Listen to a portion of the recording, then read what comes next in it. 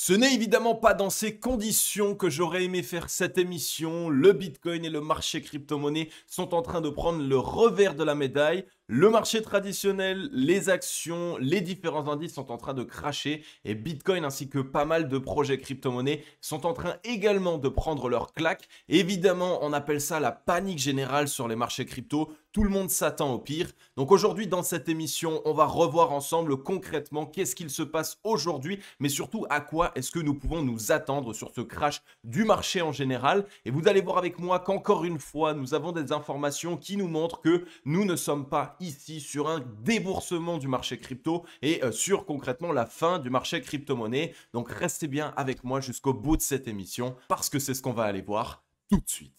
Even when you feel low, you can still go. Even when you feel slow, you can still go. Even when there's no hope, you can still go. I never answer to no, man, I still go.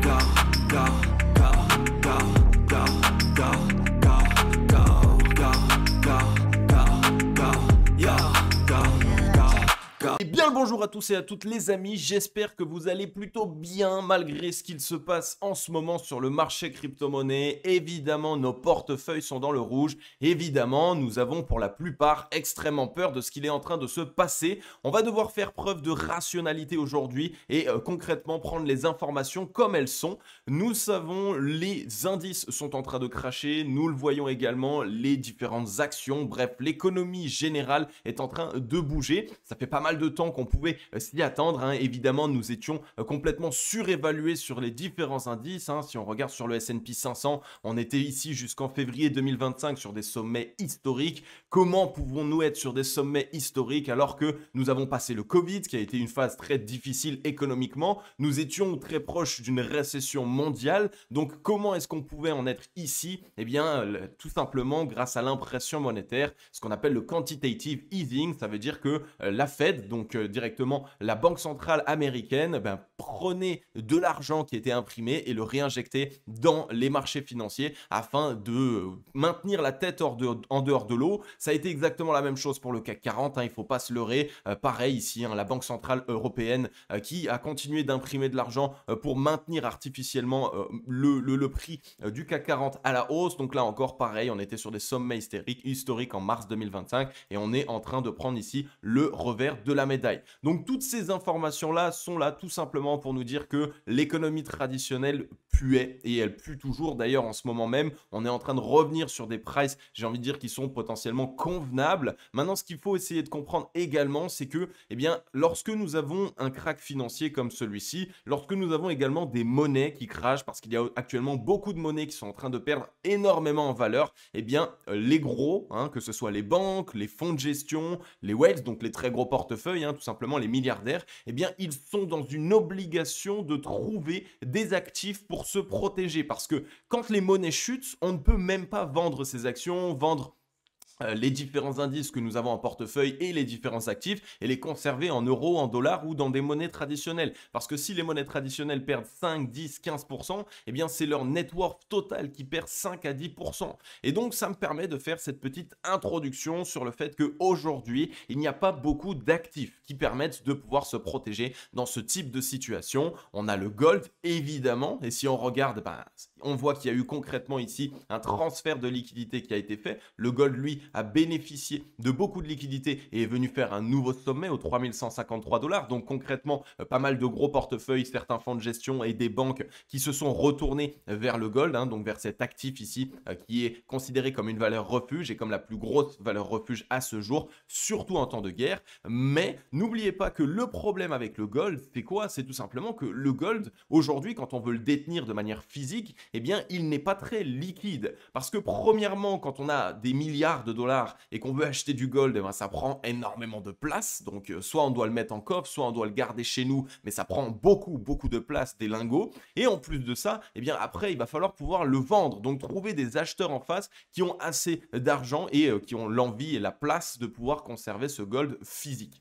Donc c'est ici un petit frein qu'il y a évidemment à l'achat de gold pour se protéger de ce qu'il se passe de l'économie actuelle. Et donc pour ça, c'est là où nous, en tant qu'investisseurs professionnels, on doit plutôt se poser la question de ok, mais alors dans ce cas-là, quel actif va pouvoir bénéficier de ces liquidités tout simplement qui sont en train d'être quittés des différents indices, des actions, des monnaies traditionnelles et de toutes ces choses qui sont en train de chuter aujourd'hui. Eh bien là, à ce moment, on peut concrètement parler du Bitcoin. Et c'est la raison pour laquelle, malgré le fait que actuellement nous soyons la tête sous l'eau, je pense encore et toujours que le Bitcoin va se reprendre et surtout qu'il va bénéficier d'un maximum de ses liquidités. Et là, on ne parle pas des petits portefeuilles et des mains faibles, on parle concrètement des très gros qui vont avoir la nécessité de trouver un actif qui est à la fois liquide, mais également qui va tout simplement combattre ce crash financier du côté des indices, mais également ce crash monétaire du côté des monnaies, puisque quand les indices se cassent la figure, il y a de fortes probabilités que les différents pays, que ce soit la France, les États-Unis, etc., fassent de nouveau du quantitative easing, donc de l'impression monétaire pour essayer de calmer tout simplement l'hémorragie. Et de l'autre côté, eh bien, cela va impacter fortement les monnaies. Donc là, ici, le Bitcoin est une solution viable à ce type de situation, puisque vous le savez, le Bitcoin, premièrement, ne prend aucune place à être stocké, tout simplement parce qu'il est stocké sur des data centers dans l'idée globale et qu'il est stocké tout simplement dans tous les ordinateurs des mineurs du Bitcoin. On va pas rentrer dans les détails, j'ai pas envie de faire une émission qui va paraître un petit peu compliquée, mais aussi et surtout parce qu'il est extrêmement liquide aujourd'hui. Si on regarde tout simplement sur CoinMarketCap, on va voir un petit peu quelles sont les différentes transactions qu'il y a pu avoir en Bitcoin aujourd'hui.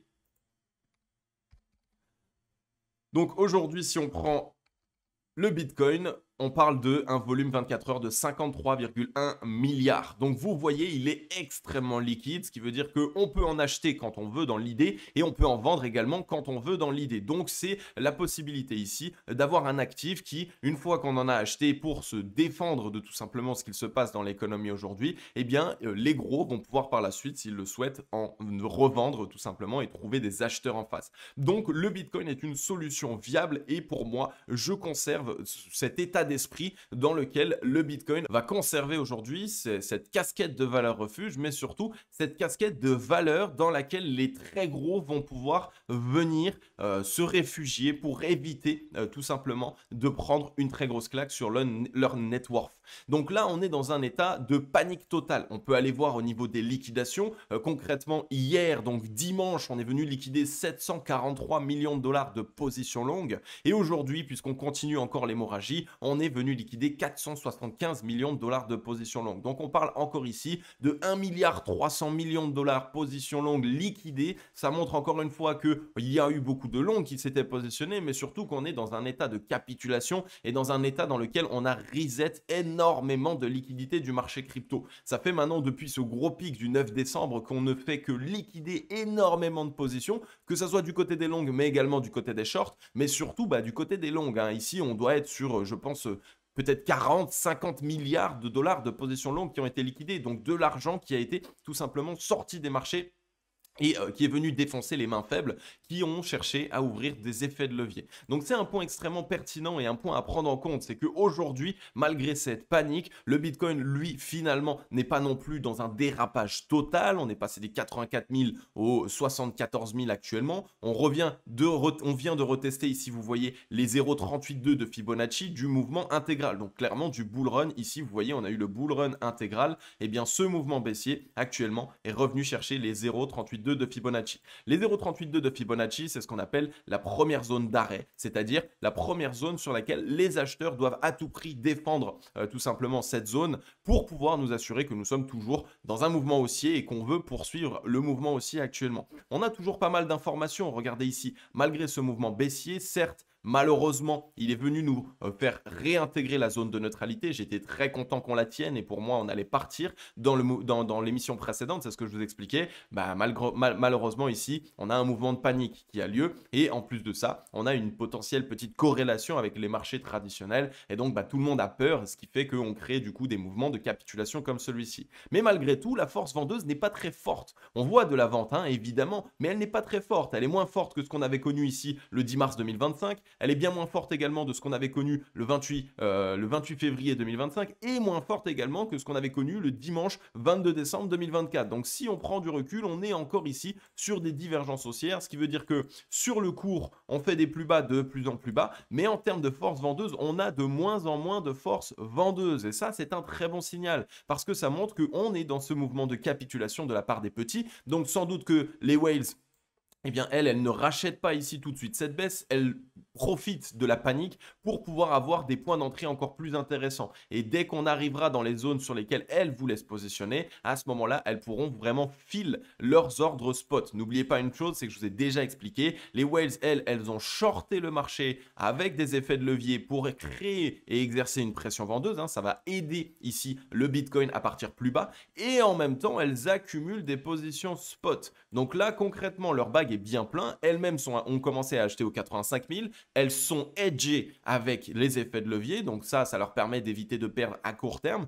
Mais on arrive dans des zones extrêmement stratégiques pour elles et des zones dans lesquelles elles vont pouvoir encore continuer d'accumuler. Donc pour moi, encore une fois, le Bitcoin n'est pas dans un schéma de panique et n'est pas concrètement en danger. Je sais que beaucoup ont peur, beaucoup pensent qu'on peut partir bien plus bas, mais je vous ai déjà expliqué deux choses. La première des choses, c'est que nous n'avons jamais réalisé un vrai top de marché en laissant autant de liquidités short au-dessus de notre tête, d'accord? Donc tout ça ici, ce sont des stops short. Toutes les personnes qui ont shorté le marché actuellement sont bien gagnants et ont positionné leur stop dans ces zones, ce qui crée du coup des très fortes zones de liquidité, ce qui veut dire de l'argent à aller chercher. Les whales ont de l'argent ici à pouvoir aller chercher et les market makers, eux aussi, ont de l'argent à aller chercher pour rétablir un équilibre. Donc, à un moment donné, selon moi, on va de toute façon trouver rebond et revenir chercher ces liquidités. Donc, c'est pour cette raison que dans tous les cas, venir paniquer maintenant et vouloir sortir en catastrophe, ça n'a jamais été quelque chose de positif et d'intéressant. Au contraire, on attend toujours un retour à l'équilibre, une chasse de liquidité avant de vouloir sortir si jamais on veut le faire.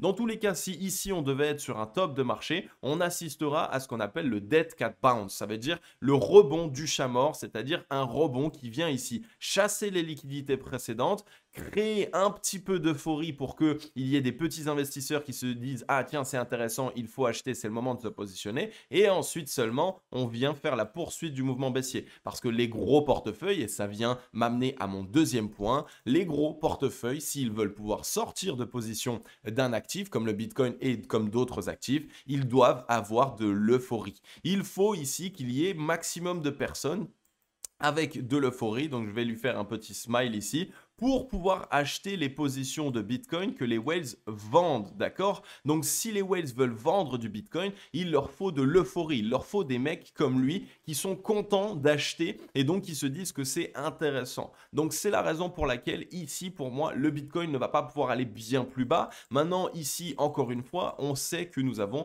les whales qui continuent pour moi d'accumuler et qui ne peuvent pas sortir des fortes positions qu'ils ont fait rentrer parce qu'il n'y a pas cette euphorie, il n'y a pas ces acheteurs en face. Quand on veut vendre du Bitcoin ici, il faut en face trouver un acheteur, une personne qui, elle, veut acheter nos Bitcoins. Ici, actuellement, ce n'est pas le cas. On est dans une panique totale. Donc, la plupart des investisseurs sont plutôt en vente plutôt qu'en achat. Les whales, ainsi, peuvent continuer d'accumuler, jouer avec la peur des investisseurs pour créer des mouvements de capitulation et racheter encore et encore des positions. Donc, c'est très important pour vous de bien comprendre ce qu'il se passe et de savoir qu'actuellement, nous ne sommes pas dans des mouvements de panique. Et on le voit d'ailleurs, on avait eu des gros volumes le 25 février 2025, mais depuis, on est sur des volumes qui sont décroissants. Donc concrètement, on est plus actuellement dans une accumulation baissière que dans un mouvement de capitulation de la part des gros ou dans un mouvement concrètement appuyé baissier par les très gros portefeuilles. Donc pour l'instant, selon moi, pas de panique. Nous avons encore un tas d'informations qui nous montrent que dans tous les cas, à court terme, on va avoir besoin de trouver un rebond. Quand est-ce qu'on va le faire? Eh bien évidemment, les whales, elles aiment ce type de panique-là parce que ça permet de leur offrir encore des opportunités d'achat. Plus il y a de personnes de mains faibles qui vendent en catastrophe, plus elles peuvent avoir du coup des gros bags qu'elles peuvent positionner jusqu'au moment où on aura du coup une pression acheteuse qui reviendra plus fortement que la pression vendeuse. Donc ça, c'est des points très intéressants et très importants à prendre en compte. Deuxième point, on est dans le crypto fear and greed ici, dans la peur 23. Sachez qu'on a toujours 24 heures de retard, donc 23 c'était hier. On voit qu'on a toujours été, là, depuis le mois dernier, on est tout le temps dans la peur. Là on est dans l'extrême peur 23 et sans doute que demain on va redescendre dans l'extrême peur, peut-être 18 voire même 15. Donc c'est encore une fois les pires moments pour essayer de vendre en catastrophe. Il vaut mieux attendre car c'est généralement de très très bons points d'entrée. Le fait d'être dans l'extrême peur, c'est dans ces zones-là où on trouve des rebonds parce qu'il y a trop de personnes qui se mettent à shorter le marché et évidemment parce que la majeure partie des investisseurs pensent qu'on va partir plus bas et donc c'est pour ça qu'on vient faire l'inverse. C'est ce qu'on appelle la psychologie inversée. Donc là encore un signal qui nous montre que ce n'est pas maintenant le moment de vouloir sortir de position et de sortir en catastrophe. Donc déjà si jusqu'ici vous comprenez un peu mieux ce qu'il se passe et que ça vous permet d'éviter de paniquer parce que vraiment vous pouvez faire de grosses erreurs, n'hésitez pas à laisser votre meilleur like et dites-moi dans les commentaires ce que vous pensez actuellement de ce que le Bitcoin nous fait. Encore une fois, j'en ai déjà parlé dans le groupe Telegram. N'oubliez pas que quand on est un peu à contre-courant du marché, parce que ici, évidemment, la majeure partie du marché est en train de paniquer actuellement et pense que c'est la fin ici du marché crypto, eh bien nous, quand on est à contre-courant et qu'au contraire, on pense que c'est intéressant d'acheter, il est normal qu'à court terme ici, on ait tout simplement la tête un petit peu sous l'eau et qu'on fasse des pertes. J'ai expliqué dans mon groupe Telegram récemment que je regardais encore The Big Short. Donc en 2008, quand il y a eu la crise des subprimes, eh bien il y a eu tout un tas de petites personnes qui ont vraiment shorté le marché fortement pour pouvoir essayer de gagner un maximum. Ils ont gagné plusieurs milliards de dollars, mais avant d'avoir ce gain de plusieurs milliards, ils étaient perdants de plusieurs centaines de millions de dollars. Donc c'est normal que quand le marché nous montre et nous price certaines choses, vu qu'aujourd'hui il n'est pas vraiment corrélé à la réalité, eh bien c'est normal que pendant un petit peu de temps, le marché ne fasse pas tout de suite ce qu'on pense et ce qu'on attend. Donc là actuellement, pour moi, on est dans une phase d'accumulation des gros. Les gros ont besoin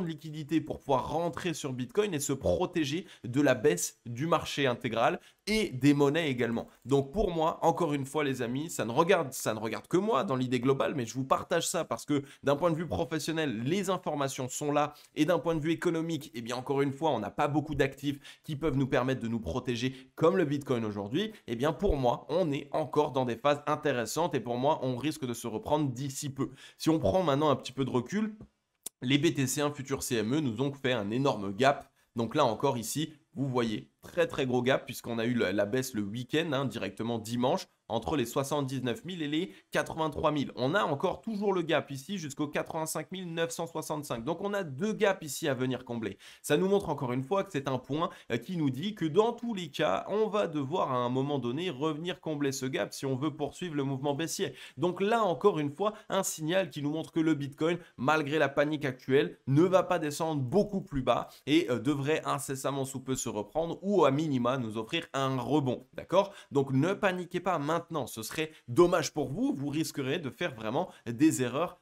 importantes et des erreurs fondamentales que beaucoup ont fait et que moi-même j'ai déjà fait à mes débuts. D'accord? Donc vraiment, ne faites pas cette erreur aujourd'hui sur les BTC1 futurs CME, ça nous montre encore une fois qu'on a eu un fort mouvement baissier et surtout de la vente de la part des effets de levier, donc futurs ici, les futurs c'est des effets de levier, donc encore une fois, ça, ce gros gap qu'on vient de mettre en place et le gap précédent, ça montre qu'il y a de gros shorts qui sont en effet de levier, donc ici, d'un point de vue futur CME. Encore une fois, je l'ai déjà expliqué, pour moi, actuellement, on a les whales ici, qu'ils ont shorté avec des effets de levier, donc sur les futurs, et qui en spot rachètent les positions. Donc le futur leur permet de se hedger quand on fait un mouvement baissier, et donc de pouvoir quand même gagner de l'argent, et en spot, elles achètent ici tout simplement pour que lorsque le prix repartira à la hausse, elles soient gagnants directement. Donc vraiment, encore une fois, ici, on est en petite partie sur de la manipulation, mais également évidemment sur un mouvement de panique. Les petits portefeuilles sont en train de paniquer, et comme je l'ai déjà dit également, peut-être que certains fonds de gestion sont obligés de sortir de quelques positions pour pouvoir se remettre à l'équilibre, ok? Donc restez prudent par rapport à ça. Si on prend évidemment Ether malheureusement qui revient chercher les 1406 $, mais encore une fois, est-ce qu'on veut sortir de Ether alors qu'on est en pleine zone d'essoufflement vendeuse? Non, ce serait le pire moment. On est venu une fois, deux fois, trois fois dans la zone d'essoufflement vendeuse. Généralement, dans tous les cas, ça nous permet d'assister à un rebond pour revenir à un équilibre. Donc Ether devrait trouver rebond et à minima venir chasser les liquidités ici des 2900, revenir sur les 3000 $. Ici, à la limite, s'il y en a a qui ne croient plus en Ether, certaines personnes pourraient sortir. Mais ce serait dommage de sortir ici parce que directement par la suite, on risque d'avoir un rebond. Et si on prend du recul, on est sur le nombre de divergences haussières qui s'est mis en place, c'est juste ahurissant. Donc ça montre quoi les divergences? Ça montre que sur le cours, on fait des plus bas de plus en plus bas, ok, mais en termes de force vendeuse, on a de moins en moins de force vendeuse qui est exercée ici sur Ether. Donc là encore, est-ce que vous voulez vendre au plus bas ou est-ce que vous voulez plutôt attendre le point de sortie? Moi, une fois de plus, je vous l'explique, d'un point de vue professionnel, on ne vend jamais aussi bas. On attend toujours un rebond. Par la suite, si vous ne croyez plus en Ether, alors vous pourrez sortir à 3000. Ça pourra vous permettre, à minima, peut-être de revenir non loin de votre prix d'entrée. Ok? Donc là encore, une fois, ne sortez pas maintenant, ce serait extrêmement dommage. Tout ce que je vous dis là, ce n'est pas un conseil financier. Je vous partage ma propre vision et ce que je fais moi-même sur mon portefeuille. Il faut savoir que, évidemment, pour les personnes qui me suivent depuis très longtemps, on a beaucoup d'actifs aujourd'hui qui sont encore plutôt bons et au-dessus de nos points d'entrée, mais pas tous. J'ai aussi la tête sous l'eau sur pas mal de positions et j'ai renfloué sur les mois et mois précédents. Je vous en ai parlé, je vous l'avais dit en vidéo et je l'ai fait. Donc actuellement, certes, moi aussi, j'ai des positions avec la tête sous l'eau et ce n'est pas grave. Car une fois de plus, les deux choses que je peux faire en tant qu'investisseur professionnel pour m'assurer qu'à un moment donné, je gagne de l'argent. Premièrement, c'est d'investir sur des actifs qui ont des bons fondamentaux, donc qui ont un vrai projet solide et qui répond à une problématique mondiale. Et deuxièmement, de m'assurer de les acheter sous-évalués. Moi, j'ai fait ce travail, j'ai acheté des bons fondamentaux, j'ai acheté également des actifs qui étaient sous-évalués. Donc même si à court terme, je continue d'être un petit peu perdant sur certaines positions, ce n'est pas grave. Je sais qu'à un moment donné, on va revenir et on va repartir à la hausse ou au minimum revenir à un prix d'équilibre. C'est normal, on ne peut pas baisser à vie. On ne peut pas baisser jusqu'à la fin quand on est sur des actifs qui ont des bons fondamentaux. Donc encore une fois, de mon côté, je reste serein par rapport à ce qu'il se passe et je ne pense pas que nous soyons sur la fin et au contraire, je pense qu'on prépare un mouvement haussier ou au minimum un rebond haussier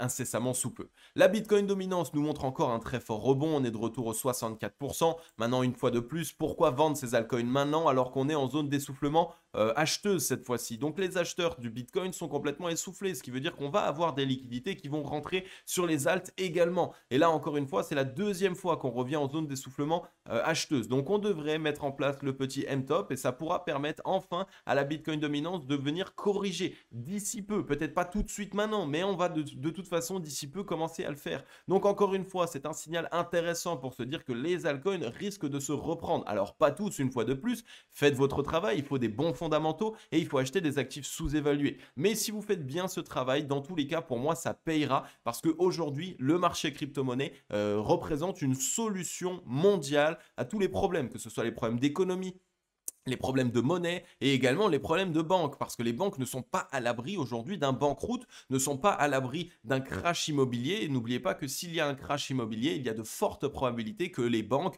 crashent par la même occasion parce qu'aujourd'hui une grosse partie du marché immobilier, eh bien de loin ou de près est détenue par les banques grâce tout simplement aux emprunts. Quand on vient faire un emprunt, on fait un emprunt auprès d'une banque, eh bien pendant qu'on n'a pas remboursé l'emprunt, le bien immobilier est toujours détenu par la banque en question.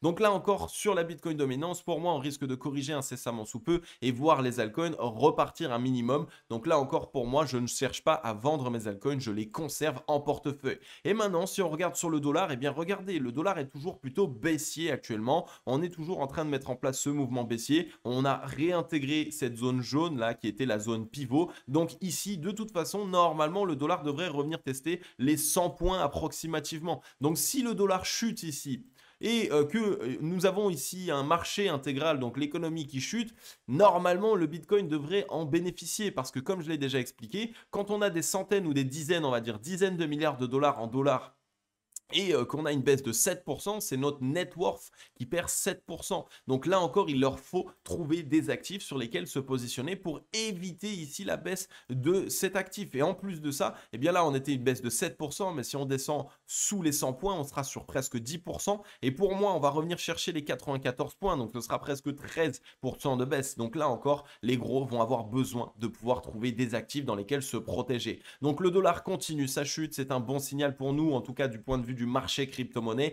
Et le gold, lui, évidemment, est en train de prendre une petite claque. On voit ici à ce niveau-là, claque parce qu'il y a pas mal de petits investisseurs qui paniquent et qui sortent complètement tout leur argent des marchés financiers en pensant que tout va cracher. Donc c'est ce qu'on est en train de traduire ici. Mais pour l'instant, pas de mauvais signaux de la part du dollar, du gold, même si de toute façon, il a déjà fait un très gros mouvement haussier. Il pourrait un petit peu à court terme trouver une correction avant de se reprendre. Mais dans tous les cas, le gold est toujours assez bullish. Il est toujours en train de faire un nouveau plus haut. Regardez-moi ce mouvement haussier ici. C'est un très fort mouvement haussier. Donc dans tous les cas, on voit qu'il y a eu un transfert de liquidité qui a été fait vers les valeurs refuges. Et donc les valeurs refuges, le gold, le silver, mais également du coup le bitcoin. Donc incessamment sous peu, pour moi, le bitcoin risque de se reprendre. Je sais que ça fait peur. Je sais qu'il est assez compliqué quand on a la tête sous l'eau de réussir à voir la lumière au bout du tunnel, l'espoir au bout du tunnel.